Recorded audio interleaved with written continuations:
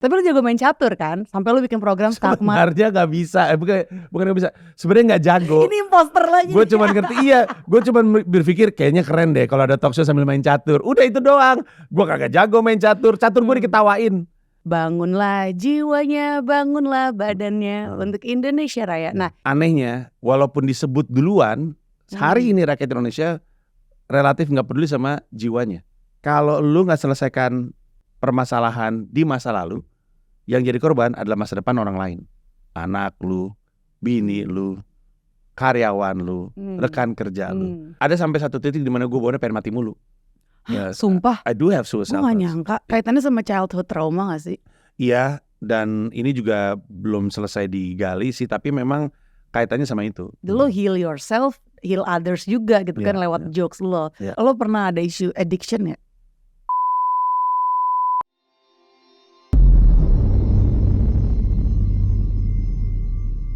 Hello, welcome back to Anthem, Andari and the Theater of the Mind.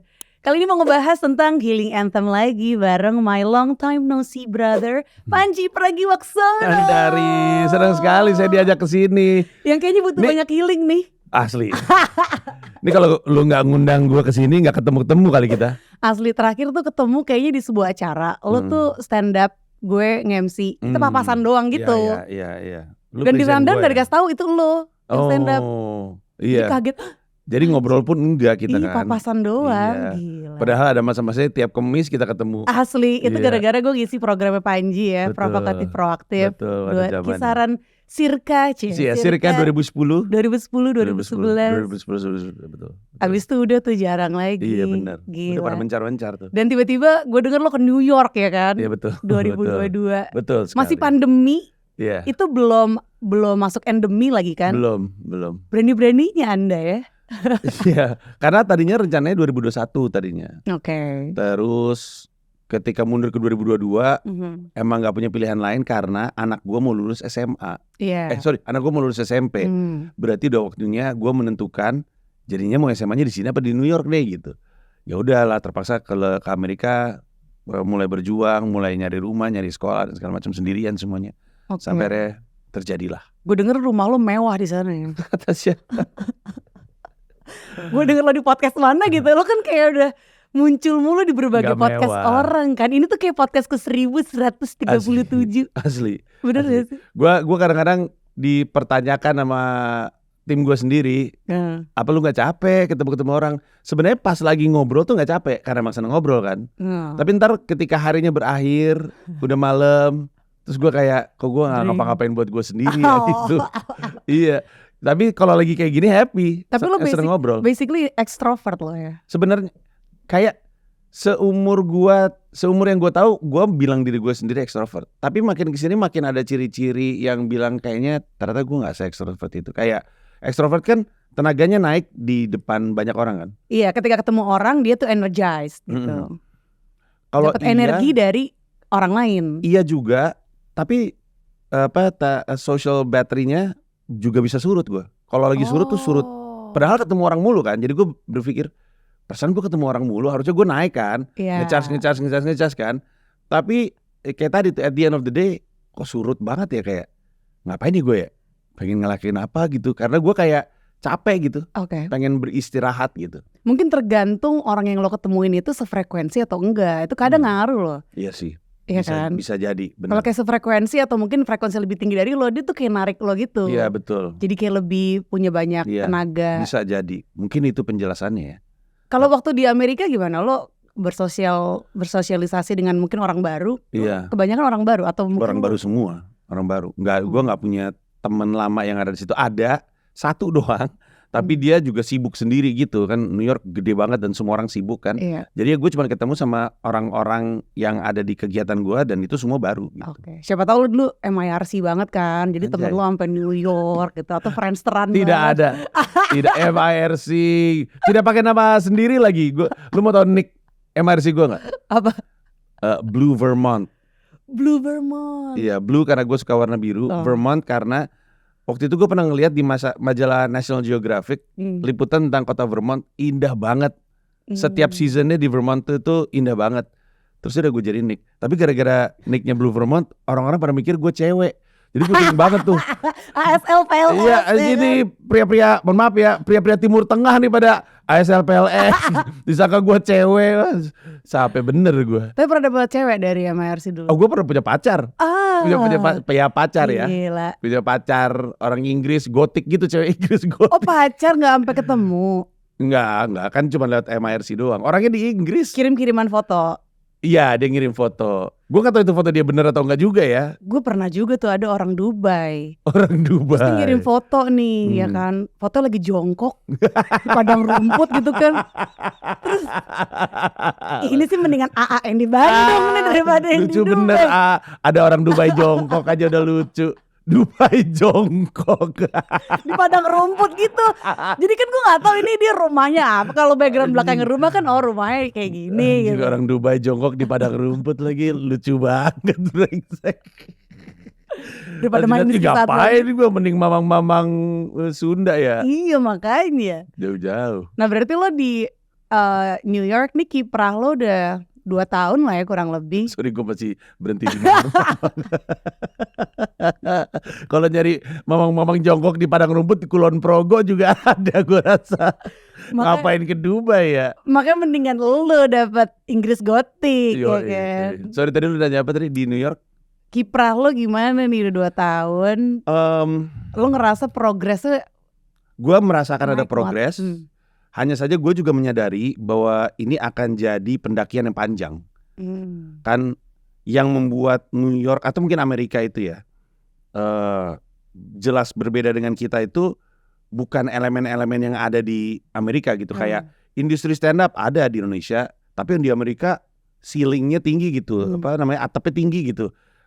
Dunia animasi ada juga di Indonesia, tapi kalau misalkan di Amerika tuh atapnya tinggi gitu. Jadi dunia stand up komedi dia lahirnya di kota New York kan. Tahun 60-an awal tuh lahirnya di New York. Jadi udah mengakar banget. Komika banyak banget, komedi club banyak banget. Jadi karir gue tuh gue tahu akan panjang pendakiannya. Progres tapi masih jauh dari yang gue ingin capai. Gitu kurang lebihnya. Oke, kira-kira bisa ditempuh dalam waktu berapa lama tuh target lo? Yang paling membuat karir orang di New York atau di Amerika Serikat itu gak ketebak ya, adalah karena banyak gatekeeping. Jadi ada banyak orang-orang yang menentukan lu boleh atau lu gak boleh. Oh ya? Iya, termasuk ngisi comedy club. Kan comedy club ada 30 tuh. Lu tuh gak bisa kan datang, gue mau manggung dong, gak bisa. Lu mesti dipanggil untuk audisi.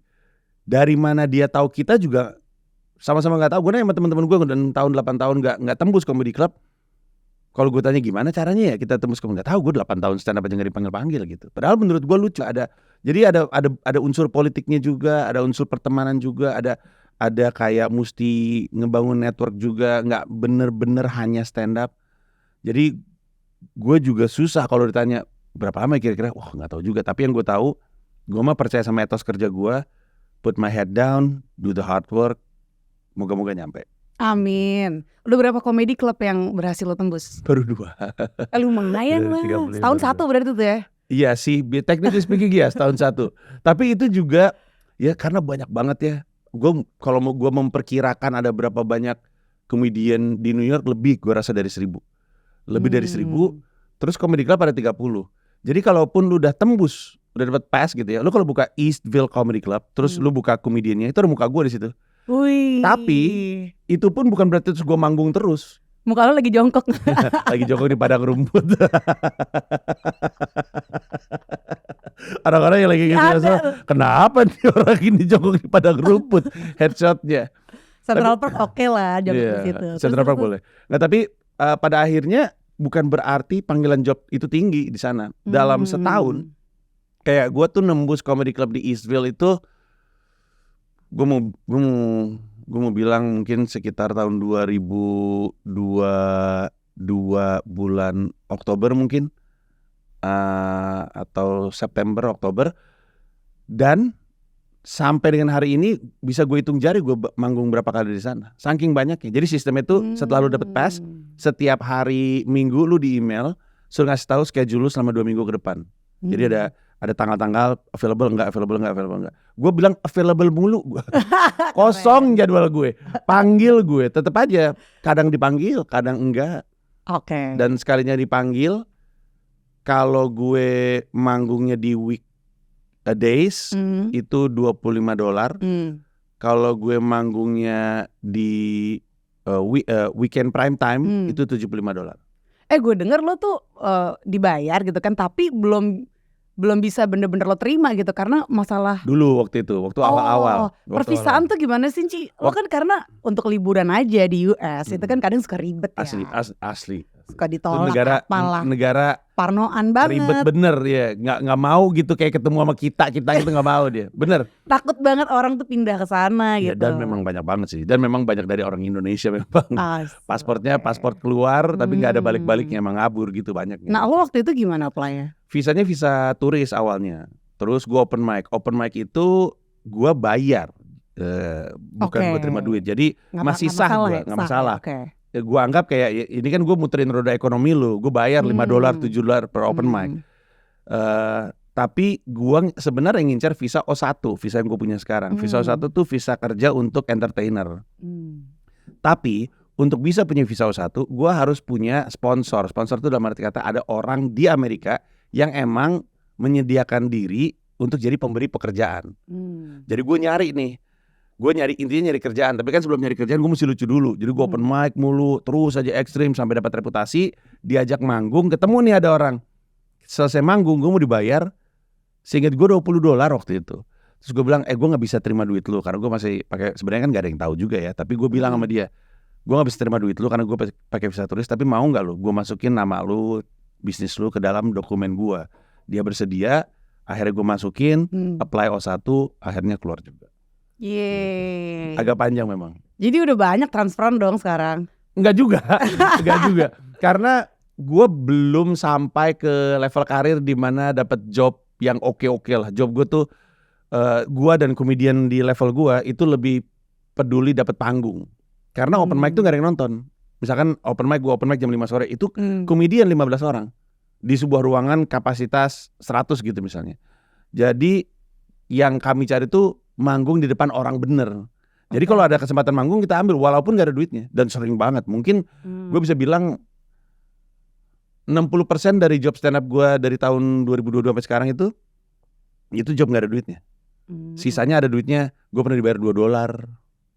$2 berarti 32.000. Iya, itu dapat 2 kopi tuku. Di sana kopi dapat nggak? Dapat 1 itu. Kopi itu pun americano ya. Iya bener. Jadi nggak pakai susu. Ribet bener lah pokoknya kehidupan di sana. Mahal, jobnya nggak ada. Tapi gue ada juga sih masa-masa dapat duit gede gitu, ada juga. Tapi ya gitulah, nggak konsisten. Lo nggak mau sekalian nge-MC? Boleh nggak sih sekalian nge-MC di sana? Boleh, tapi ya kalau nge-MC juga mesti ngebangun reputasi juga kan. Maksud gue gimana nih koneksi gue untuk ke nge-MC. Paling sering gue nge-MC acara stand up lagi. Oh gitu, iya. Itu lumayan dong. Lumayan, guanya juga karena kan belajar. Gak setiap stand up lo dibayar. Tapi kalau nge-MC untuk stand up tetap gak dibayar. Oh gitu. Tetap gak dibayar. Abisnya acara-acara stand up di New York itu banyak banget. Anda dibayangin, comedy club kan ada 30. Tiap comedy club itu tiap malam bikin acara. Semalam mereka bikin 2. Jadi dari comedy clubnya aja setiap malam tuh ada 60 acara stand up. Plus acara-acara kecil-kecilnya itu udah banyak banget. Acara stand up di New York tuh aneh banget. Ada yang bikin namanya washed up comedy, kalau gak salah ya, washed up comedy. Itu acara stand up di tempat laundry. Wow. Jadi kanan kirinya tuh mesin-mesin laundry itu stand up dong. mati, udah diam. Itu acaranya di atas jam 10. Jadi tempat laundry tutup. Terus walaupun ada yang 24 jam ya, tapi dijadiin venue stand up. Sebenarnya experience-nya lucu, tapi penontonnya cuma muat 30. Banyak banget acara-acara stand up di New York tuh penonton 30, penonton 50 gitu. Banyak banget. Kalau lo yang bikin? Nah, gue mau tuh kayak gitu. Kan? Gue mau memulai. Cuman gue harus audiensnya lewat online. Jadi nonton di Indonesia juga ujung-ujungnya. Iya. Cuma ganti background lo doang. Iya. Gue pernah nyoba juga waktu itu stand up pakai live dari live TikTok, live IG. Cuman kendalanya kan karena beda 12 jam. Jam 7 malam di Amerika itu jam 7 pagi kan. Iya, lo yang jam 7 pagi. Iya. Kagak ada yang nonton. Siapa yang mau nonton stand up jam 7 pagi? Iya, Nggak yang ada nonton lah. di sini jam 7 malam. Berarti untuk Iya. orang Indonesia tapi ya. Iya nggak bisa, nggak ada yang nonton di tempat kan. Iya. Tapi ya nggak apa-apa. Gue juga emang pengen kok. Emang udah waktunya gue nge-produce acara stand up gue sendiri.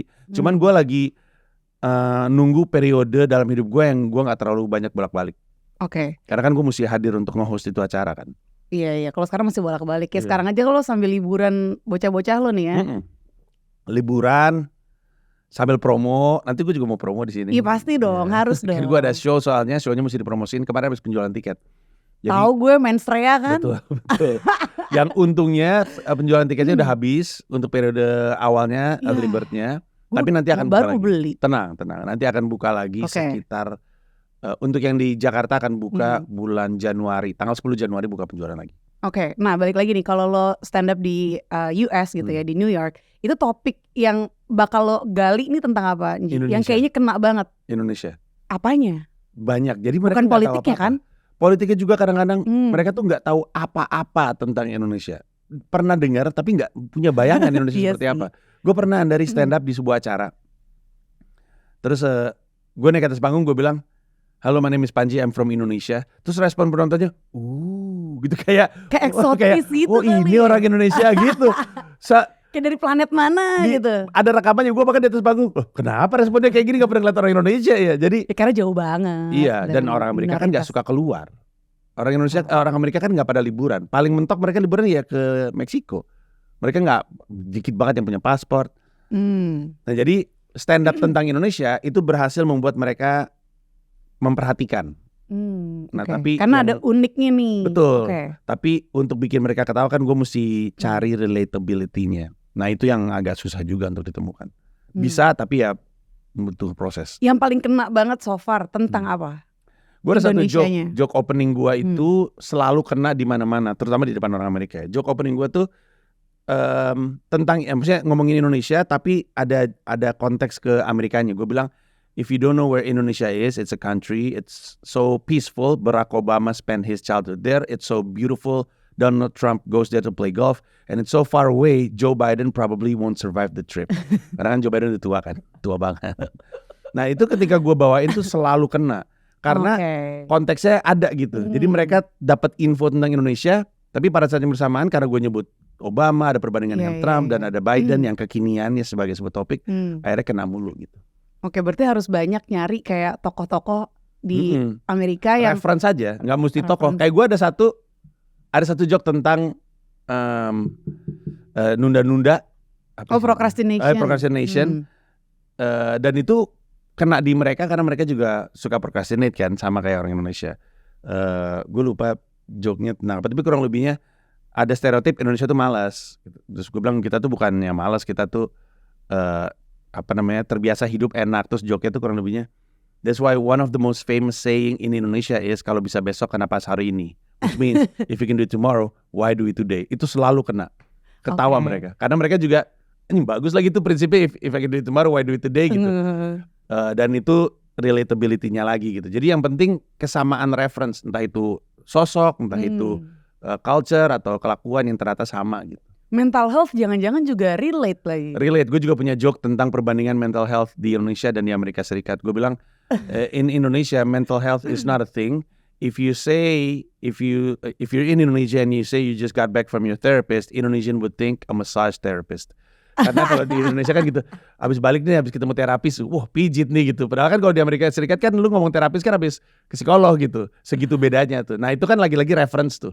Jadi mereka ngerti konteksnya. Petik mangga lagi istilahnya kan di sini. Gue baru tahu lagi gue mesti lu baru tahu istilah itu. Iya lagi. Kurang banyak bergaul. Kurang banget asli. Ya. Tapi perempuan sih wajar ya. Campers lu nih pada tahu semua. Mungkin mereka seneng kali jok-jok. Mungkin mereka bukan cuma petik mangga, mereka ganti bohlam jadi dipilin gitu. Sampai bener-bener putus ya. Gitu. By the way ini kan, tapi kalau overall ya materi stand up lo itu kebanyakan tentang politik gitu. Yeah. Nah lo ngebahas intens tentang politik, lo juga ngulik-ngulik mendalami lah gitu kan, dan itu nggak berhenti dari dulu kan Ji. Iya. Dari tahun berapa? Proaktif kita. 2010 itu. Iya. Itu ininya ya apa namanya? Iya itu pertama kali gue masuk lo. politik ya. Pertama kali nempel-nempel ke topik politik tuh waktu kita 2010. Karena waktu acara provokatif itu berdiri, sebelumnya itu gue nggak ada bayangan, cuman gue lagi nggak ada duit waktu itu. Oh gara-gara itu? Iya gara-gara nggak ada duit. Pantesan gue dibayar cuma segitu. Itu mah urusan metro. Jadi waktu itu gue nggak ada duit. Terus gue lagi jalan-jalan, gue inget banget, gue punya bayi, Dipo masih kecil, bawa stroller sama Mila ke PIM 2. Dan gak ngapa-ngapain, cuman jalan-jalan aja karena gak ada duit kan. Terus ketemu Tommy Cokro. Tom Cok pendengar Hard Rock FM pada zaman itu. Terus dia manggil gue, dia bilang, Metro TV lagi nyari program talk show politik untuk anak muda, lu ada ide gak? Ada kata gue. Oh ini nih, ini namanya Agus Mulyadi, lu hubungin dia. Padahal gak ada. Gue balik nyampe rumah, buka YouTube, gue lupa keywordnya apa, politik anak muda. Keluarlah The Daily Show, Jon Stewart di Amerika Serikat. Nah itulah yang kemudian gue pikir, gue coba cari flavor Indonesianya lah. Jadilah provokatif praktis. Oke, berarti udah 14 tahun sampai sekarang ya. Asli gila ya. Gila. Berarti awalnya banget itu gara-gara tawaran itu ya, bukan karena mungkin environment lo tuh into politik. Iya, gue nggak tahu apa tentang politik. Makanya kalau lu ingat setiap awal minggu tuh kita selalu kayak meeting gede di Aneka Bubur, ingat nggak? Bubur karpet. Iya, karena itu kan 24 jam kan. Gatel pulang-pulang. Iya asli, duduk-duduk nggak jelas gitu kan.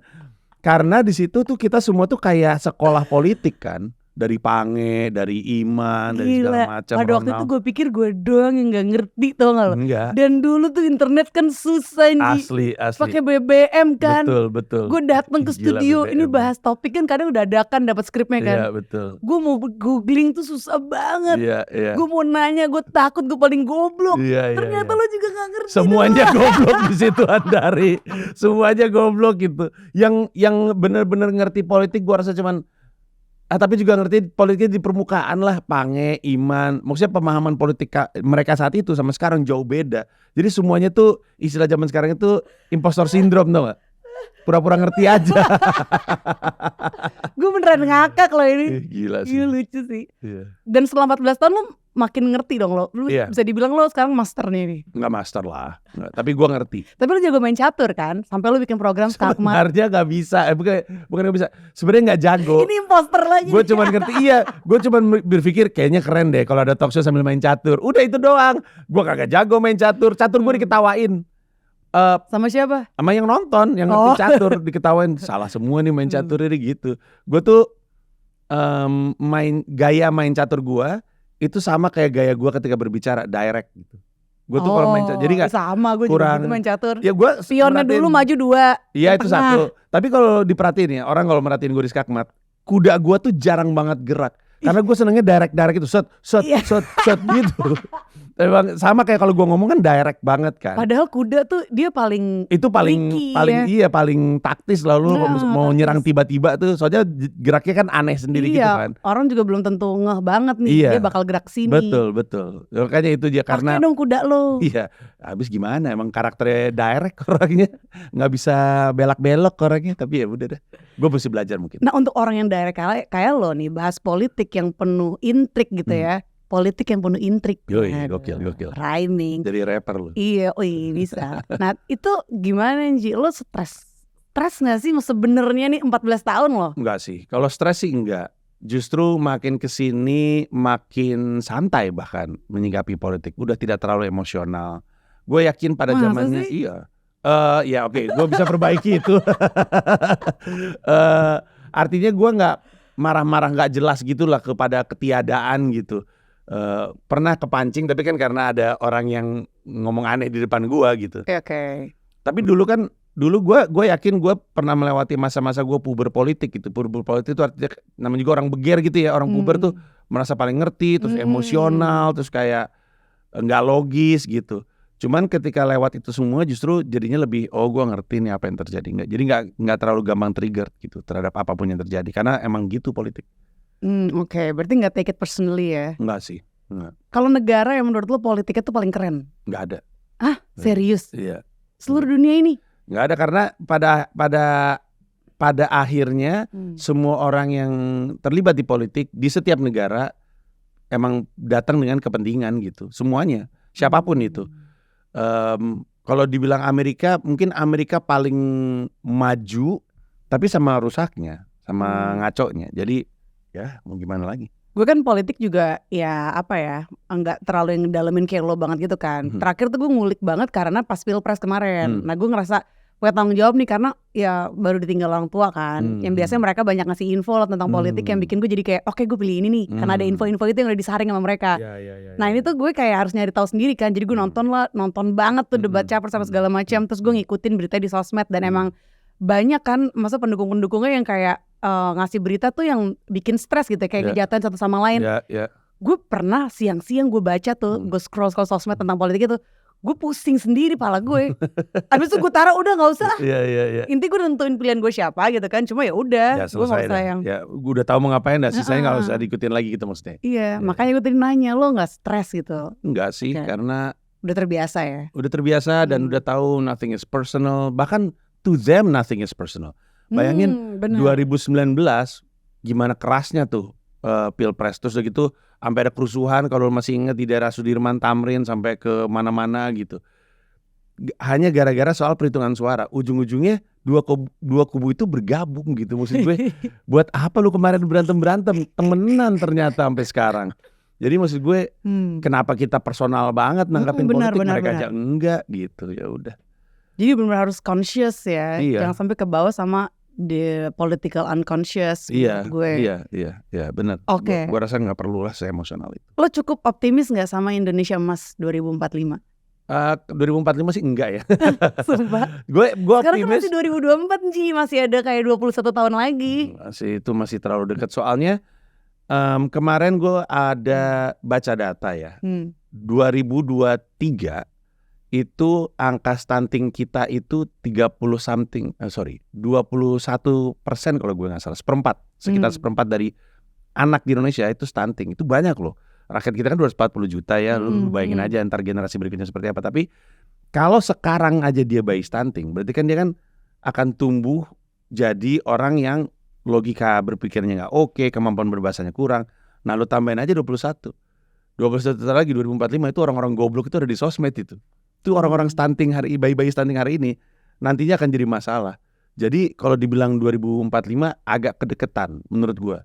Tapi untungnya kita kan percaya Indonesia akan ada untuk selamanya kan. Jadi udah nggak apa-apa. 2045 masih Indonesia cemas, mungkin masih entaran silver king cemas aja. Mungkin masih entar-entar. Pokoknya selama secara kolektif orang di Indonesia nggak peduli sama stunting, kita akan selalu ketemu sama masalah remaja-remaja goblok. Masih ada. Karena untuk yang nontonnya, untuk konteks, stunting itu kan kurang gizi di 1000 hari pertama.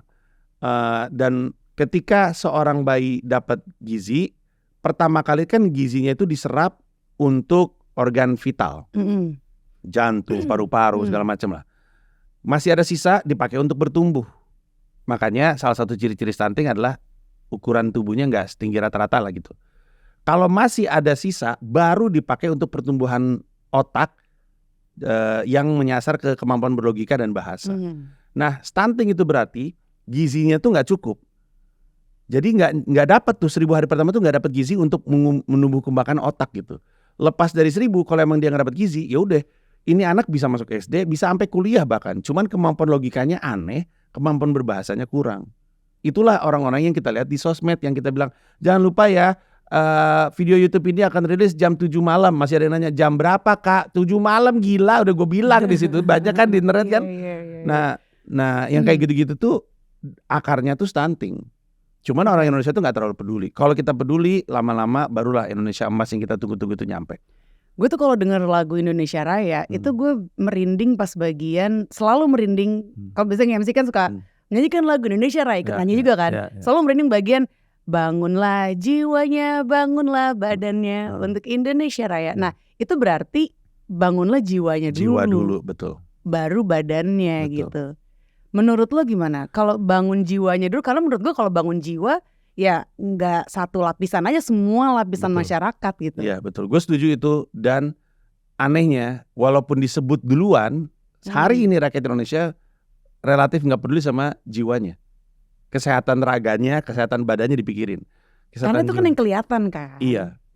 Tapi kan terasa banget. Kita semua tahu rasanya sakit hati. Cuman rasa sakit hati itu dikesampingkan. Sama kayak kalau misalkan ada di sini suka main bola atau main basket ya, terus cedera ankle. Sebenarnya kan didiemin, ntar juga sembuh sendiri. Tapi kadang-kadang balik lagi. Kalau lu nggak bener-bener perbaiki nih pergelangan kaki lu, Iya. cederanya suka muncul-muncul lagi. Sebagai anak basket gue tahu banget lah itu. Sebenarnya sakit hati juga gitu. Bisa aja lu diemin, entar juga sembuh. Tapi kalau lu nggak perbaikin, nanti akan muncul lagi trauma-trauma itu. Sayangnya korban itu seringkali nggak lu, tapi orang lain. Gue tuh selalu bilang, kalau lu nggak selesaikan permasalahan di masa lalu, yang jadi korban adalah masa depan orang lain. Anak lu, bini lu, karyawan lu, rekan kerja lu. Kita ngapain ke dia trauma, lanjut ke masa depannya dia. Begitu mulu. Oke, lo sendiri gimana Nji? Pertama kali lo sadar kalau wah ini jiwa gue harus dibenerin nih, atau istilahnya healing lah. Karena kan healing nih mulai naik pas pandemi kan, ketika orang harus sendirian di rumah, dia berhadapan dengan rasa takutnya sendiri, rasa cemasnya sendiri. Baru deh tuh banyak tuh keluar kata-kata butuh healing, healing ke Bali lah, healing kemana gitu ya. Nah, lo sendiri mulai dengar kata healing gitu, itu pas kapan? Mulai kayak sama aware? Kayaknya, saya kayak pas pandemi. Tapi anehnya, gue tuh nggak pernah melakukan apapun dalam rangka untuk healing. Setidaknya tidak dalam kesadaran gue. Tapi gue ke psikolog. Artinya ya itu healing, ke psikolog berarti. Itu healing berarti ya? Iya dong. Soalnya di kepala gue healing itu kayak healing jalan-jalan. Enggak. Ya makanya arti healing buat lo apa? Itu dulu deh. Ya gue sih mencoba untuk menyembuhkan kondisi mental. Karena gue sadar memang ada kesehatan fisik, kesehatan mental, kesehatan spiritual. Makin ngaco tuh gue tuh. Kesehatan fisik gue masih mending karena gue lari, makan gue jaga, conscious eating. Iya lo berubah banget sih secara shape fisik, ya. Iya. Dulu kan lumayan. Gender waktu itu. Iya betul sekali. Berapa kilo Nji? Gue pernah nembus 100. Kalau sekarang gue ada di 81. Oke. Ya, tapi gue lama banget di 96, 95, lama banget di situ sebelum akhirnya turun. Gradually sampai ke yang sekarang. Dan sekarang rasanya udah ideal nih ya? Enggak juga. Hah? Butuh sampai berapa? Nggak tahu ya. Kayaknya mungkin 50. Jangan sih, kurus bener gue. Jadi kayak Pak Jokowi terlalu kurus gue. Wah, jadi presiden dong. Jangan. Mungkin gue di 75 mungkin. Mungkin ya perasaan gue mengatakan. Cuman ya itu mah gue lakuin pelan-pelan. Kesehatan mental gue mulai 2017 kayaknya gue mulai ke psikolog pertama kali. Terus udah lumayan lama dong ya. Iya, waktu itu kesadarannya, kalau lu nanya kapan gue sadar gue mesti healing, adalah karena waktu itu gue jalanin tour stand up yang sangat stres. Terus gue mulai mukul-mukul pala, marah-marah. Iya, gue tuh destruktif kalau lagi jadi sebelumnya lo mukul-mukul pala? Gak pernah. Tapi gue kalau marah tuh mukul-mukul pala. Intinya gini sih, ada sampai satu titik di mana gue bawanya pengen mati mulu. Sumpah? I do have suicidal thoughts. Gue gak nyangka. Iya, gue pernah bahas di stand up gue juga sih. Gue punya suicidal thoughts, tapi gue bingung karena di saat itu di kepala gue tuh orang membunuh diri tuh karena depresi dan menyerah. Gue nggak merasa depresi dan gue pantang menyerah. Jadi gue bingung kenapa gue bawaannya pengen mati. Tapi gue ngomong sama Mila, istri gue tuh sampai nangis. Aku nih kenapa sih? Aku nih pengen mati mulu, tapi aku nggak menyerah. Aku pantang menyerah orangnya. Akhirnya ke psikolog. Ternyata pemicunya tuh kemarahan. Gue lupa istilahnya apa gitu, irrational anger behavior apa gitu. Ternyata gue tuh kalau marah bawaannya pengen ngerusak. Tapi logika dan belief system gue tuh tidak mengizinkan gue untuk ngerusak yang lain. Jadi gue rusak diri gue sendiri. Mukul, dan paling ekstrimnya adalah pengen mati gitu. Kadang-kadang ngeliat orang goblok yang pengen mati gue gitu. Lu kayak gitu gak? Ini orang goblok banget pengen mati deh, gue udah saja gitu. Gue tuh kayak gitu zaman dulu. Sampai akhirnya gue bilang oke, berarti ini mesti diperbaiki. Terus ketika gue tahu ternyata isunya apa, itu ada kelegaan luar biasa gitu. Wow, ternyata itu tuh masalahnya. Dan akhirnya pelan-pelan mencoba untuk memperbaiki. Kaitannya sama childhood trauma gak sih? Iya, dan ini juga belum selesai digali sih. Tapi memang kaitannya sama itu. Kaitannya sama siapa yang lu lihat waktu lu kecil, sosok yang lu lihat gimana cara dia mengatasi masalah, yang kayak gitu-gitulah pokoknya. Itu memang ngebekas. Tapi juga kalau film, lu nonton Inside Out 2 gak? Nonton, baru kan itu. Iya, itu kan, dan psikolog kan banyak bilang itu akurat sekali. Jadi memang ada momen-momen dalam hidup kita yang ngebentuk belief system kita. Nah, belief system kita itu bisa jadi positif, bisa jadi negatif. Kalau di film itu kan diperjuangkan bahwa belief system itu datang dari ingatan yang positif supaya jadi orang yang baik gitu kurang lebih.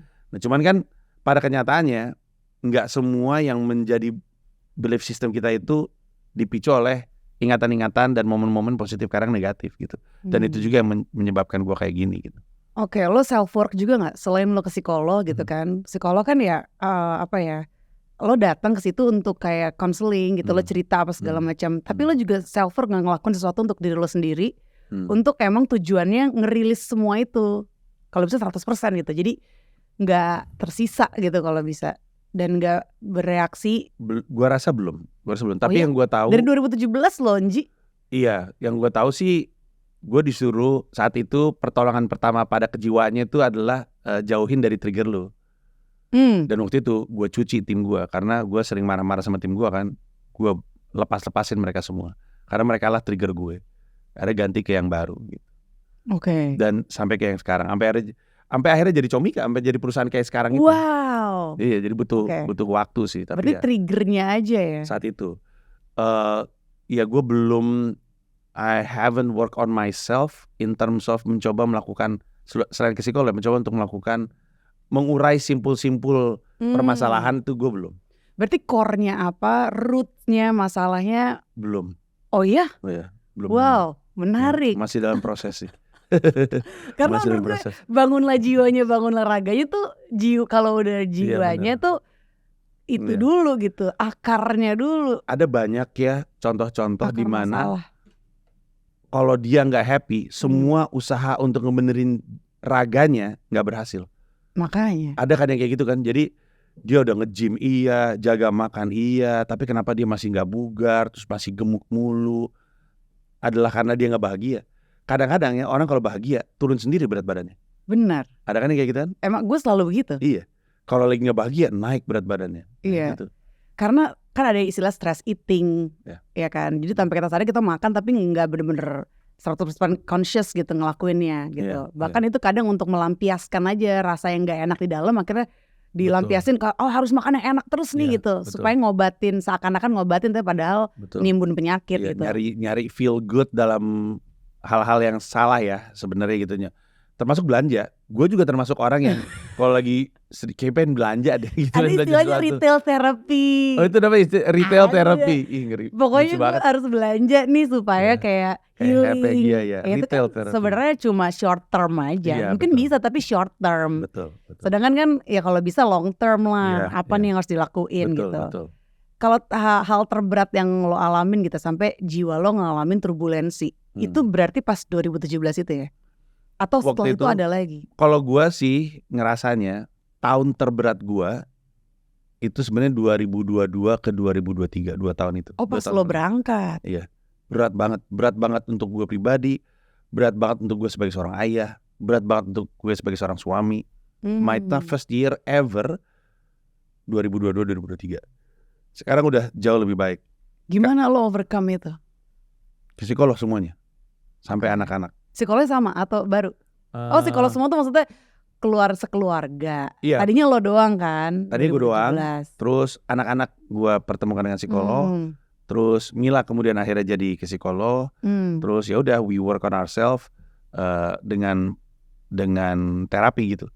Dan lama-lama dan gue yakin ini juga karena ke psikolog sih. Lama-lama kelihatan gue, anak-anak, Mila jadi tidak seperti dulu dalam konteks mudah triggernya. Jadi ya kelihatannya sih baik, tapi pada masanya berat banget sih. Berat sekali. Tapi seneng sih lo udah bisa ngelewatin itu. Karena memang kadang we need pain to grow, we need suffering to ada grow. Acara TV-nya zaman dulu Growing Pains tuh. Iya benar. TVRI, apa di RCTI ya lupa gue. Tapi emang benar kadang-kadang tumbuh itu menyakitkan. Tumbuh itu menyakitkan. Sekarang lo rasanya gimana? Sekarang persis sih lapar ya gue. Gue udah nyiapin makanan sih sebenarnya. Tapi ini ya. Kalau ditanya mental health far better. Karena kurik-kurik gue dari tadi gue nyariin gue kurik-kurik mulu. Ambilin guys. Jangan gak enak. Gak enak. Masa ada cemilan gak enak. Lo doang ntar makan ya kan. Kita nontonin lo aja makan. Ini jadi acara apa sih? Ntar aja. Tapi kalau mentally I'm stronger, nggak bisa bilang I'm healthy mentally, tapi I'm stronger. physically I'm way stronger karena gue rutin lari, gue jaga makan, istirahat gue jaga, dan di rumah gue di New York itu juga situasinya lebih baik, jauh lebih baik Oke. untuk kita semua. So Good to hear. ya, I'm on solid ground sehingga gue bisa melakukan hal-hal yang berat gitu, nggak? Jadi kayak karena di rumah aman, karena pijakannya solid, karena lantai tempat gue berpijak itu nggak goyang, gue punya pijakan yang baik untuk ngelakuin hal-hal yang berat gitu. Iya, dan semua tuh berawal emang dari rumah sih. Kalau dari rumahnya udah kayak semuanya mendukung gitu kan, biggest support system kan, keluar juga jadi enteng gitu. Betul Jadi penting banget ya guys, kalau misalnya lo kayak ngerasa ada sesuatu yang harus dibenahi, jiwa lo, mental lo, ya udah nggak usah, do not hesitate to come to the psikolog, the professional gitu. Betul. Dan sebenarnya stigmanya mahal, psikolog itu mahal. Gue cuma mau bilang bukannya itu salah, tapi lu cuma bilang mahal karena lu nggak ngerasa manfaatnya. Kalau dokter kan lu tahu mahal tapi lu tahu manfaatnya. Kalau ke psikolog, lu akan tahu rasanya, enaknya ke psikolog itu dan menyadari bahwa emang ini expertise. Jadi emang dibayar profesional. Tapi pada saat yang bersamaan ada pilihan-pilihan murahnya. Kayak contohnya untuk beberapa kelurahan itu ada layanan psikolog, bahkan psikiater. Itu tuh di cover BPJS. Oke. Jadi kalau misalnya lu punya BPJS, lu cek puskesmas terdekat lu, di kelurahan lu, kalau ada psikolog itu tuh di cover. Jadi lu udah gak perlu bayar lagi. Tapi kalau lu buka Google juga, itu ada layanan-layanan psikolog gratis juga untuk memulai. Jadi gue pengen bilang, mulai aja dulu, ada kok yang gratis-gratis, nanti lama-lama ketika lu ngerasain enaknya baru lu mulai bersedia untuk bayar gitu. Atau at least self work, minimal journaling. Journaling itu bagus sekali. Lo ngelakuin gak? Gua stand up comedian, all I do is write. Jadi jadi dan ada colongan di situ lo curhat ya betul. Dan itu penting banget. Pada masanya waktu gue lagi ekstrim banget berantem sama istri gue di New York, itu gue ketika stand up gue nggak bisa ngomongin yang lain karena rasanya kayak pura-pura gitu. Ngapain sih gue ngomongin ini, bukan hal yang penting untuk gue. Jadi di atas panggung, apalagi lo orangnya direct lagi kan. Iya. Di atas panggung gue ngomongin pernikahan gue. Akhirnya jadi joke gitu. Dan itu cara gue untuk mengatasi itu, cara untuk berdamai. Gue rasa Taylor Swift juga kayak lu dah. Taylor Swift dia kan Taylor Swift, iya, putus asli. cinta, patah hati, dia jujur aja gitu. Dari luar sih dulu ya gue nganggap cheesy juga ya gitu kan. Dia curhatin aja diri sendiri. Tapi ternyata ya emang itu artis kan. Sesuatu yang kita experience itu kan our own truth. Gak bisa orang bilang lo bohong. Enggak, itu my own truth. Dan mungkin di lo gak berlaku tapi di gue berlaku. Iya, tapi pada saat yang bersamaan ada juga yang berlaku juga gitu. Ada yang ngeliat, ya ini gue nih gini banget gitu ketika ngeliat Taylor Swift gitu. Jadi dia gak bisa bikin karya, tapi dia diwakilkan sama Taylor Swift yang bisa bikin karya. Dan nah ini lagu gue banget gitu kurang lebihnya. Dan itu nolong. Dan itu menurut gue cara yang terbaik malah. Lo heal yourself, heal others juga gitu kan lewat jokes lo. Lo pernah ada fear of judgment gak sih? Atau apa nih your biggest fear? Aduh, kalau ditanya ketakutan terbesar gue adalah meninggal sebelum anak-anak gue mandiri. Itu yang gue takutin. Oh, bahkan lebih tepatnya my biggest fear adalah hidup tapi dibenci anak-anak.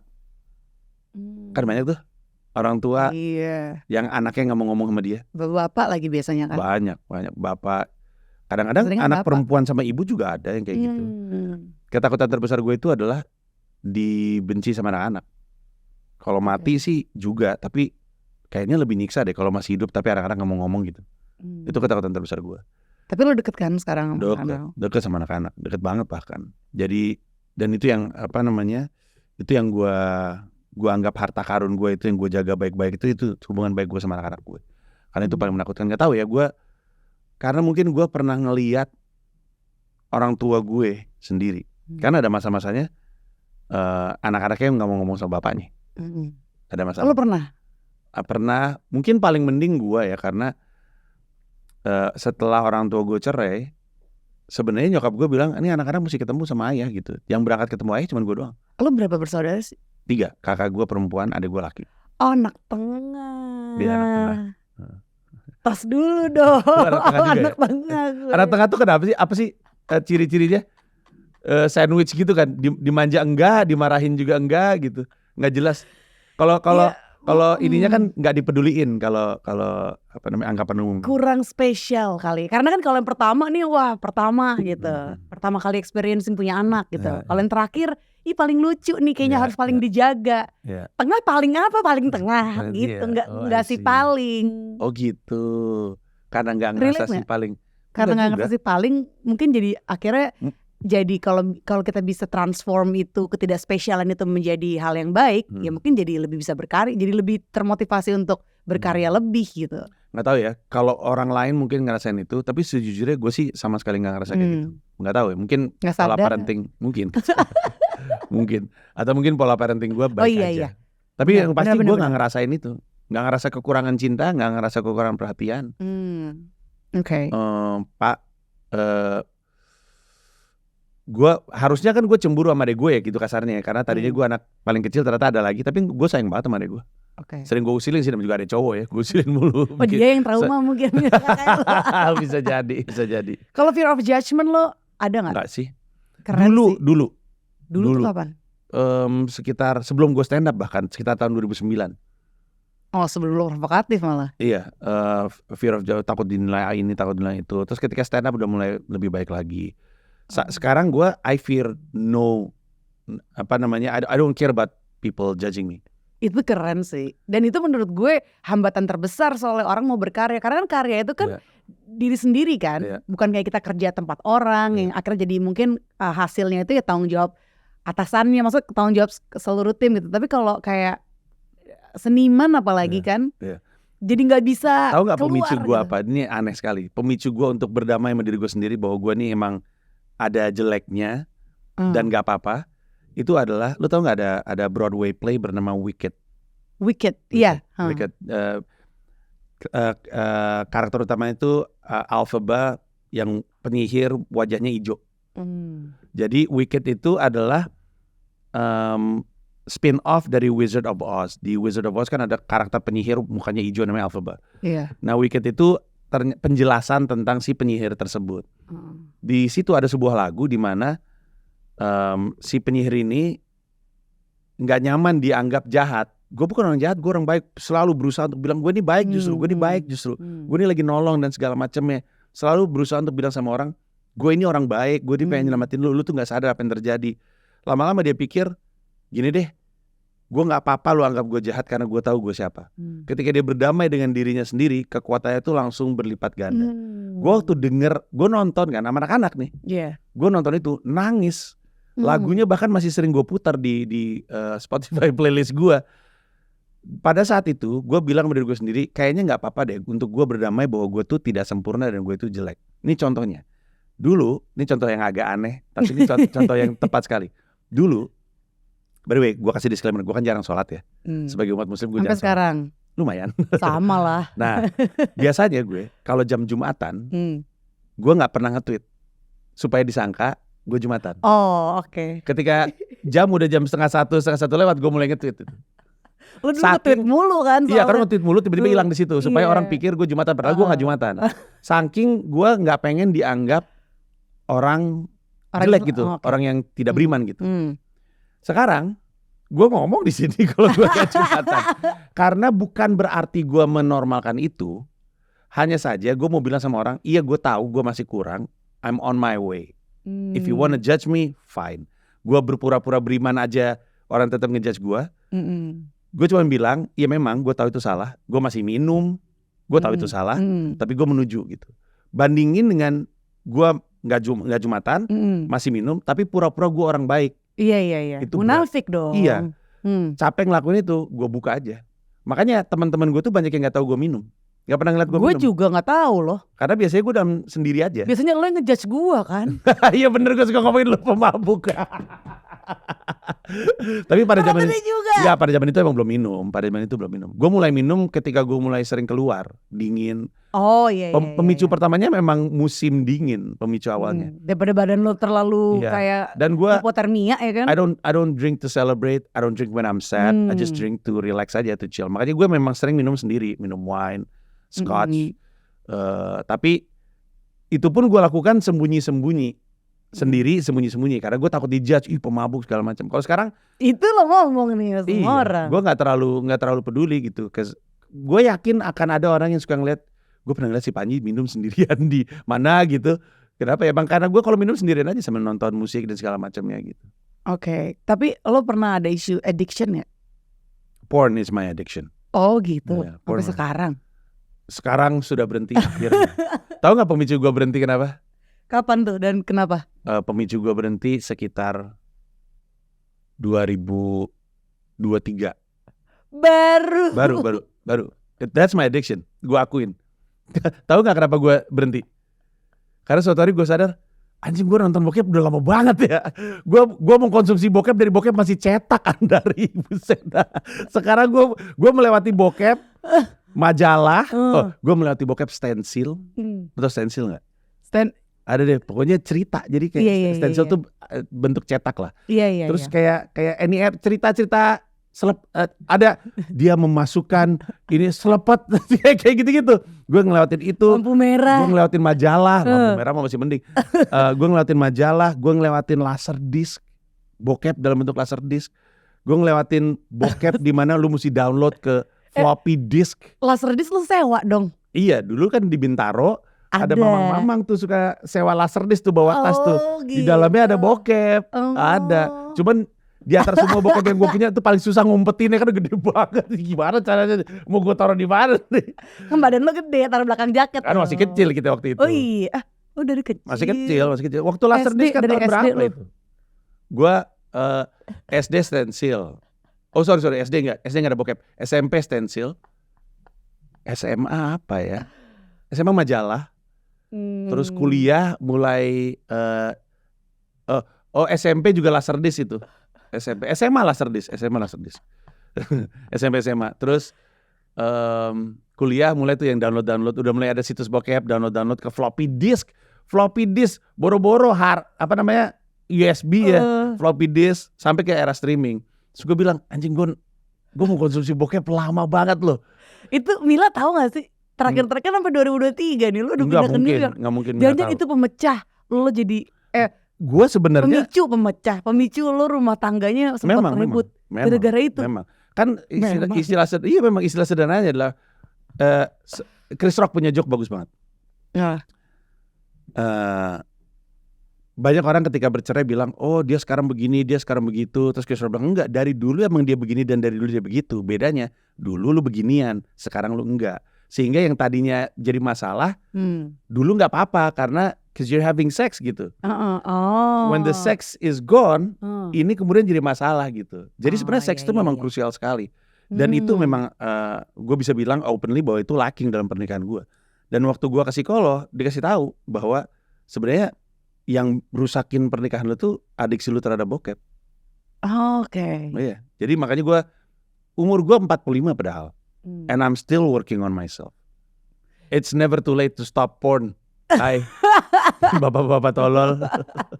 Karena kan ada istilah puber kedua juga kan? Iya. Iya gue kayaknya ngalamin itu deh. Kayaknya puber kedua tuh definisinya apa ya? Kayak lo puber lagi, kayak lo apa yang ngerasa sesuatu yang misalnya jatuh cinta lagi, tapi bisa aja jatuh cinta sama istri sendiri, bisa juga. Itu kayaknya kepindahan gue katanya. Kepindahan ke New York gue itu bentuk puber gak sih? Kayak kan ngulang lagi dari nol, berkarir lagi. Kayak adrenalin rush gitu kali ya. Kayak muda lagi, kayak orang baru ngebangun karir kan. Kayak gitu rasanya. Kan nol, bener-bener nol gitu. Terus berteman lagi, dunia baru bener-bener kayak restart. Aneh banget pindah ke New York tuh. Aneh banget karena kendati pun banyak orang Indonesia, tapi gak pernah ketemu gitu. Karena orang Indonesia di New York itu mungkin 8.000, berapa ya? Nggak nyampe 8.000. Berapa ribu, gue lupa, mungkin 5.000, 6.000, tapi terdengarnya banyak, tapi New York gede banget. Jadi lu tetap nggak ketemu gitu. Ada sih orang Indonesia yang begalnya sama orang Indonesia lagi, makanya bahasa Inggrisnya mungkin nggak terlalu oke. Tapi karena gue ngejalanin sirkuit stand up comedy dan orang Indonesia sedikit, akhirnya nggak pernah ketemu. Jadi rasanya benar-benar kayak nge-restart aja gitu, kayak aneh banget ini. Tapi puber kedua lo, kalau misalnya disalurin untuk hal yang kayak expand your career kayak sekarang, menurut gue tuh bagus banget sih. Karena kan itu energi kan. Puber kedua gimana pun juga kayak lo punya energi gede nih untuk do something gitu. Bisa aja lo jadi selingkuh ya kan, karena ada deg-degannya apa segala macam. Tapi yang lo lakuin, lo kayak expand your career, itu menurut gue sih pilihan yang bagus sih. Kalau nggak sekarang kapan lagi? Maksudnya mau sampai lo lansia ya kan, baru ngelakuin lebih telat lagi dong. Itu yang membuat gue pindah ke New York, takut nyesel. Takut orang bilang kan lu udah tua gitu. Gue bilang tapi kalau gue mundur-mundur lebih tua lagi mending sekarang gitu. Jadi karena takut menyesal ketika tua nanti, daripada gue umur 65, 68, 70, kenapa ya dulu gak gue coba, mending gue coba aja langsung sekarang. Itu good choice sih. Apalagi lo di sana dapat bonus, lo jadi berhenti addiction lo sama ini kan, sama bokep kan. Iya, betul. Betul sekali. Iya. Lo di sana kan berhenti kan. Gila sih, itu berkah sih menurut gue. Moga-moga kita berdoa aja gue nggak relapse ya. Kan addiction bisa relapse kan. Iya kan, you can tapi relapse. Iya, lo harus maintain, bener sih. Iya. Kayak bisa relapse ya, gue ngalamin juga. Iya, kayak alkohol atau drugs ada relapse, sama apapun itu. Tapi kalau emang lo udah aware banget nih dan emang udah tahu penyebab addictionnya tuh apa, moga-moga sih enggak ya. Iya. Asal emang di maintain terus. Harusnya iya. Berarti udah setahun lo nggak nonton ya? Iya. Dan pemicunya kenceng banget memang harus gue akuin. Karena waktu itu gue nonton bokep bukan karena pengen masturbasi, kan waktu kosong aja gue buka bokep kayak buka Netflix gitu, kayak gitu, kayak buka YouTube, Instagram gitu. Iya, kayak buka Instagram, buka Netflix, buka bokep gitu. Saking rutinnya banyak gue rasa laki-laki kayak gitu. Jadi nyabut itu tuh kayak nyabut sesuatu yang rutin gitu. Tapi pada saat yang bersamaan, gue nih lagi I'm very high on discipline right now. Maksudnya dalam arti gue sangat peduli dengan kedisiplinan, disiplin beribadah. Gue mulai balik lagi, walaupun masih bolong-bolong ya, tapi jumlah sholat yang gue lakukan dalam setahun terakhir udah gue jamin lebih banyak daripada jumlah sholat yang gue lakukan dalam 10 tahun terakhir. Gue yakin itu. Jadi gue lagi mendisiplinkan kembali untuk ibadah, mendisiplinkan untuk nulis materi stand up dan open mic tiap hari, mendisiplinkan diri untuk jaga makan, mendisiplinkan diri untuk lari. Itu paling berat buat gue, karena gue gak suka lari sebenarnya. Jadi gue harus nyari-nyari alasan gitu untuk bangun pagi lari. Apalagi gue tetap lari ketika 0 derajat Celcius. Jadi I'm high on discipline, dan gue pengen bilang sama diri gue sendiri, kalau lu longgar di bokep, nanti longgar yang lain, and then everything falls down. Ngerti maksud gue? Iya. Jadi kayak lu kenceng skrup di lari, kenceng skrup di makan, kenceng skrup di stand up gitu, kenceng skrup di ibadah, nggak kenceng skrup di bokep. Bokep longgar, ini juga longgar, ini juga longgar, habis itu roboh semuanya. Nah itu yang gue takutin. Karena gue yakin disiplin itu membawa hal baik. Disiplin makan gue kan yang bikin gue kayak gini. Gue jauh lebih sehat sekarang. Disiplin lari gue bikin gue kayak gini. Disiplin stand up gue yang bikin karir gue progres gitu. Nah ini yang lagi coba untuk gue jaga. Gue takut House of Cards-nya tuh roboh karena satu kartu gitu. Langsung roboh dan akan sia-sia. Jangan, pertahankan. Iya. Kita masuk nih ke Healing Anthem. Tadi sebenarnya udah ngomong tuh ya tentang soundtrack ke Wicked ya kan. Tapi yang lo pilih di sini soundtracknya Tick Tick Boom untuk Healing Anthem yang pertama. Harusnya gue masukin itu ya. Iya. Judul lagunya yang Wicked itu judulnya adalah diam, gue lupa, gue sampai buka deh. Tapi kita bahas dulu itu. Iya, ini Tick Tick Boom dari Andrew Garfield. Iya. Dan dia sama siapa aja ya? Gue juga cari. Andrew Garfield. Judulnya Louder Than Words. Barengan sama Vanessa Hudgens. Defying Gravity itu lagunya. Defying Gravity. Defying Gravity. Oke. Gue nonton tuh sebenarnya di rumah, cuma anak gue nonton sampai habis, gue ketiduran. Gitu.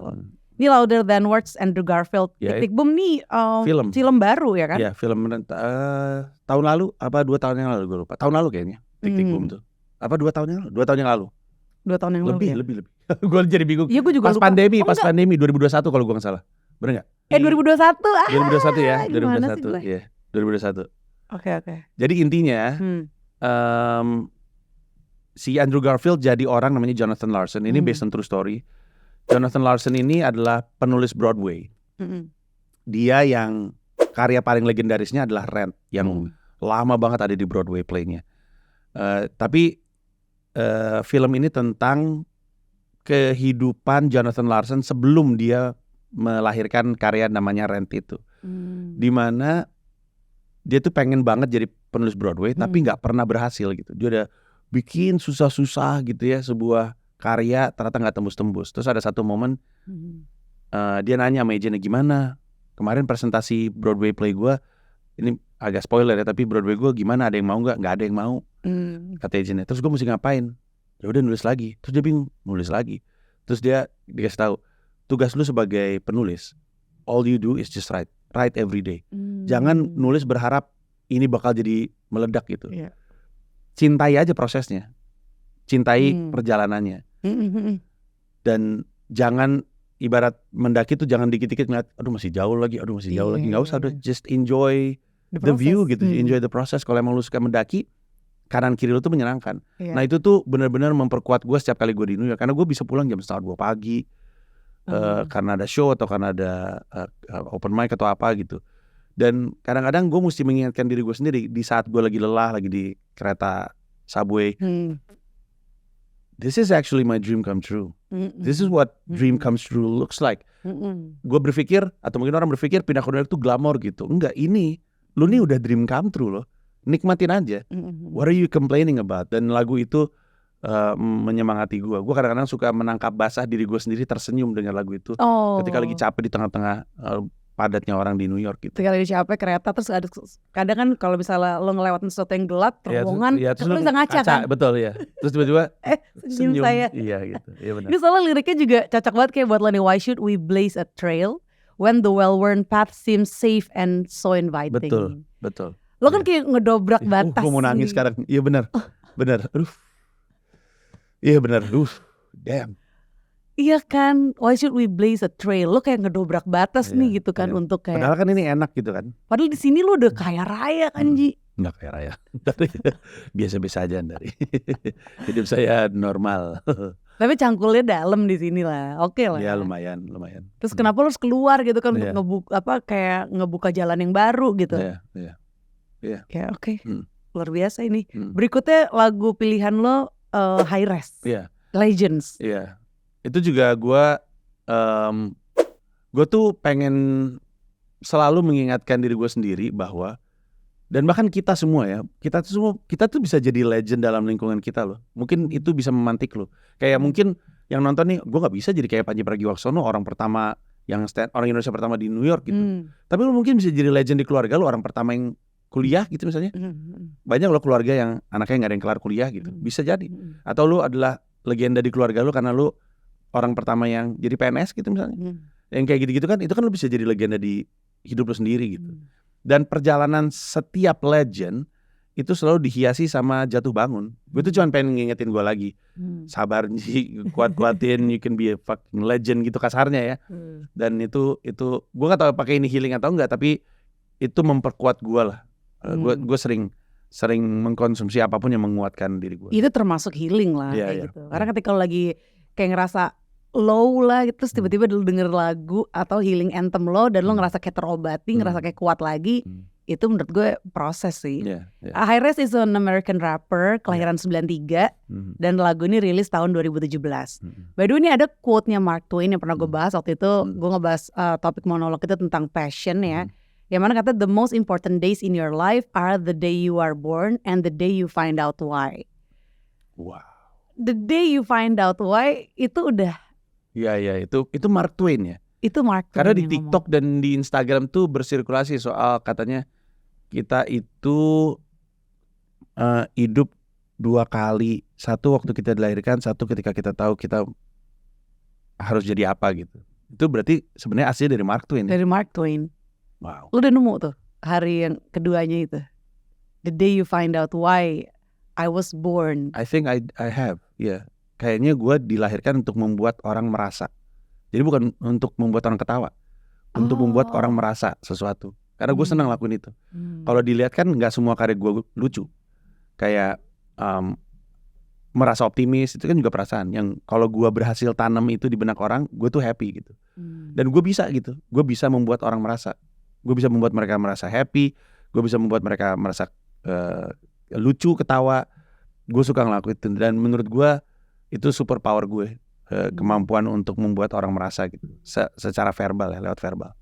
Itu penting banget sih, karena emang perasaan coherent heart lah, itu tuh kayak kunci untuk lo bisa manifestasi yang sesuai sama yang apa ya, sesuai sama yang apa yang bener-bener di dalam lo gitu. Dia bener-bener ngasih komando ke otak gitu yang gue pelajarin tentang coherent heart itu.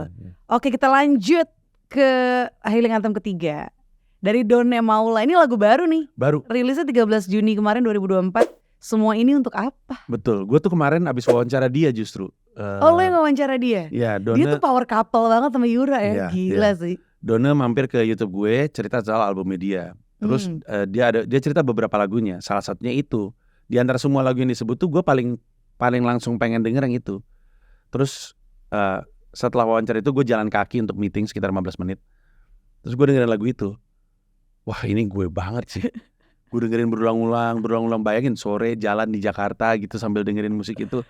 Itu bikin gue, iya ya, gue nih ngapain sih ngotot-ngotot banget dalam hidup gitu. Keras banget gue sama diri gue sendiri gitu. Buat apa sih? I should just relax a bit. Karena ketika gue nemu buat apanya, ternyata gue mungkin nggak perlu marah-marah dan nggak perlu sekeras itu sama diri gue atau mungkin sama orang. Kebayang maksud gue? Itu lagu, itu penemuan baru yang menyenangkan buat gue. Gue baru nemu itu kemarin. Habis itu jadi gue dengerin terus berkali-kali untuk ngingetin gue juga. Iya, ini Shout out untuk Dona. ada liriknya, kuatku ada batasnya, bertahun terus terluka, lelahku jelas terasa, semua ini untuk apa? Menangis lupa caranya, bersandar sama siapa? Ragaku tak punya nyawa, semua ini untuk apa? Betul. Kadang-kadang kan kita suka kuat sendiri, tapi sebenarnya pengen nyender gitu. Kayak kerja gue bikin orang merasa kuat, ayo kuat gitu. Sambil kita berpikir, gue sendiri siapa yang nguat-nguatin ya. Makanya kan sebenarnya walaupun pasti jadi bahan ketawaan, yang tau gak yang kayak gini-gini tuh, itu ternyata penting untuk banyak orang untuk gini-gini sendiri. Oh iya. Kemarin di Olimpiade ada tuh, di Olimpiade tuh berkali-kali lu ngeliat atlet gini-gini, lagi nenangin diri sendiri. Karena dia lagi sendiri, namanya juga bertanding kan. Dia kan lagi sendirian, gak ada yang bisa ngelakuin itu ketika dia ada di atas lapangan. Jadi dia gini-gini sendiri dan dia gini-gini sendiri. Dan itu penting menurut gue. Dan menurutku setiap individu emang ada proses individuation ya, yang mana dia tuh kayak bisa balance feminin maskulin dalam dirinya tuh bener-bener balance gitu. Karena kalau udah balance itu ya jadi harmonis gitu, dirinya sendiri. Dan tapi kalau out of balance kayak terlalu maskulin atau terlalu feminin, ya bakal chaos, pasti ada aja chaosnya gitu. Dan proses individuation itu emang kayak semacam proses pendewasaan diri kali ya. Wow, gue aja baru dengar istilah individuation sekarang. Dan menurut gue ada tuh yang namanya spiraling up terus-terusan tuh, gue percaya itu ada gitu. Jadi kan ada yang bilang kayak hidup tuh apa ya, istilahnya tuh apa ya, gue baca buku, gue lupa judulnya apa, tapi di situ dibilang kayak bahkan Bill Clinton aja dia tuh ngalamin upper limit problem gitu, dimana ketika dia waktu kuliah dia ke White House, terus dia kayak oke, one day gue bakal jadi presiden di sini. Ketika dia jadi presiden, dia ada skandal kan. Dan di situ dia ditanya kenapa, I just can't help it kata dia. Karena bagi dia it's too good to be true. Ketika too good to be true, jadinya berlebihan. Enggak, jadinya dia kayak attract masalah gitu. Wow. Banyak orang yang kayak gitu, kayak dia udah di atas, tapi kayak it's too good to be true deh. Akhirnya dia cari masalah, apalah mungkin ya keluarlah demons-nya. Padahal sebenarnya kalau kita benar-benar percaya bisa tuh spiraling up terus, nggak ada tuh too good to be true. Kita bisa tuh naik terus happy makin happy terus tuh ada, ya udah. Wow. Gitu sih, gue juga ya masih work on it lah ya. Tapi menarik sekali, gue baru tahu ini. Iya. Boleh tuh ntar gue share bukunya apa ya. Tempat healing favorit lo? Bukan tempat sih, orang. Anak-anak gitu. Itu nggak masuk ya? Bisa dong. Sebenarnya sih jawabannya rumah deh. Oke. Jawabannya rumah dan bersyukur sekali. Karena banyak banget ada bapak-bapak tidak nyaman di rumah kan. Kelayapan mulu Anda. Petik mangga mulu Anda. Gue happy di rumah. Oke. Itu adalah I'm always happy to come home. Yeah, it's my favorite. Nah, cuman I associate home with the people in it gitu. Sehingga misalnya nih, misalkan kan semuanya di New York kan. Sekarang gue masih ke Jakarta kan. Terus gue kan masih punya rumah. Rumah kan dijaga sama orang, ada satpamnya gitu. Bukan satpam ya, ada orang yang jagain rumah. Tapi gue gak betah di rumah. Padahal rumah gue kosong, rasanya aneh. Karena gue hidup di situ dari tahun 2010 sampai tahun 2022 kan. Jadi ketika masuk itu kosong. Makanya kadang kalau lagi ada duit lebihnya, gue mendingan di hotel deh sekalian daripada di rumah, karena aneh banget kosong. Orang-orang di Comika itu tahu bahwa kalau gue lagi di Jakarta tanpa anak-anak dan tanpa Mila gitu ya, kosong rumah gue, itu gue suka kelayapan ketika kerjaan udah selesai. Nanya kemana, gue ada band yang sering gue tonton namanya Soulful. Soulful, iya. Soulful lagi main di mana, lagi di Leon, ke Leon. Soulful lagi di mana, lagi di beer hall gitu. Karena gue malah kadang-kadang makan, gue menyalahi diet gue yang strict karena nggak pengen pulang aja. Jadi waktu itu ditanya, kemana makan aja Mas Anji, makan apa? Makan anen. Di Fatmawati, yaudah kita berangkat gitu. Makan gue anen, makan kambing malam-malam gitu. Karena nggak nyaman pulang. I associate home with the people in a building. So if the people is not in the building, it doesn't feel like home gitu kasarnya. And the people is your wife, my kids, and your kids. Oke. Terus lanjut nih healing anthem keempat. Udah dilirik mulu nih gue. Perhaps Love. Ini beda nih. Ini lagu Korea ini. K-pop ya, Perhaps Love dari Howl and J.A. Bener nggak tuh nyebut lagu? Ini soundtracknya Princess Hours series tahun 2006. Gue nggak sengaja dapat lagi itu. Jadi gue gak tahu itu artinya apa, gak pernah nonton seriesnya, hanya saja lagunya enak didengar. Masuknya tuh depannya gitu kayaknya ini enak banget nih, kayak mendung, terus ada, lu suka ngeliat ada matahari nembus awan gitu, tahu. Kayak gitu rasanya. Buat gue ya. Jadi gue tuh nemu lagu juga gara-gara Mila posting itu ke story. Kan kita kan kalau lagi dengerin di Spotify kita bisa taruh ke story gitu kan. Terus gue penasaran Mila lagi dengerin lagu apa. Pas gue dengerin, enak banget lagunya. Akhirnya gue dengerin mulu. Gue dengerin untuk happy atau dengerin ketika happy. Karena enak aja. Sekali lagi gue gak tahu artinya apa ya. Mungkin artinya ternyata galau atau apa gitu, atau tentang drama apa gitu. Ada love nih, Perhaps Love kayak apakah ini cinta? Mungkin kalau di Indonesia ini kan namanya cinta. Iya kan, Perhaps Love. Gue gak tahu tapi it makes me happy. Jadi karena it makes me happy, gue anggap itu sebagai lagu healing gue aja.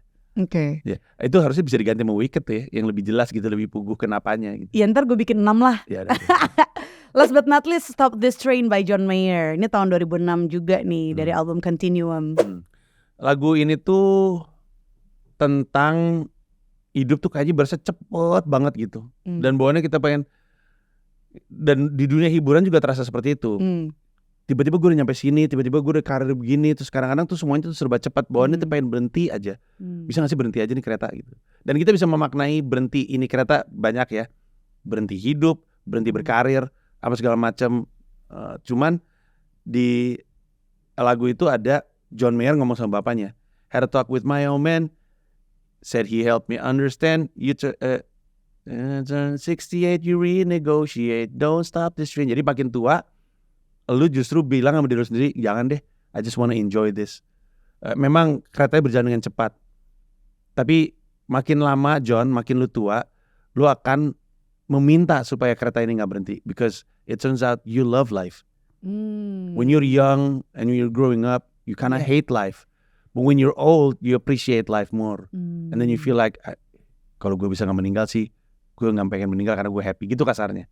Nah itu tuh bikin tenang jiwa juga. Karena gue juga ngerasa kadang-kadang semua tuh berjalan cepet banget. Everything moves so fast, I don't have time to stop and think kadang-kadang gitu ya. Cuman ya lagu itu bikin gue ingetin lo. Ingat ya bahwa untuk jalan terus dan nikmati hidupnya aja. Nikmati perjalanannya. Oke. Kalau healing quote favorit lo ada gak Anji? Healing quote? Quote yang berhubungan sama healing gitu, yang mungkin bisa nenangin lo. Boleh bahasa Indonesia atau mungkin bahasa Inggris. Kalau gue sih punya quote yang bisa dianggap healing ya. Gue selalu bilang, keris gak ada yang sekali tempa. Kita kan kadang-kadang ngerasa hidup berat banget kan, kayak dihajar mulu sama hidup gitu kan.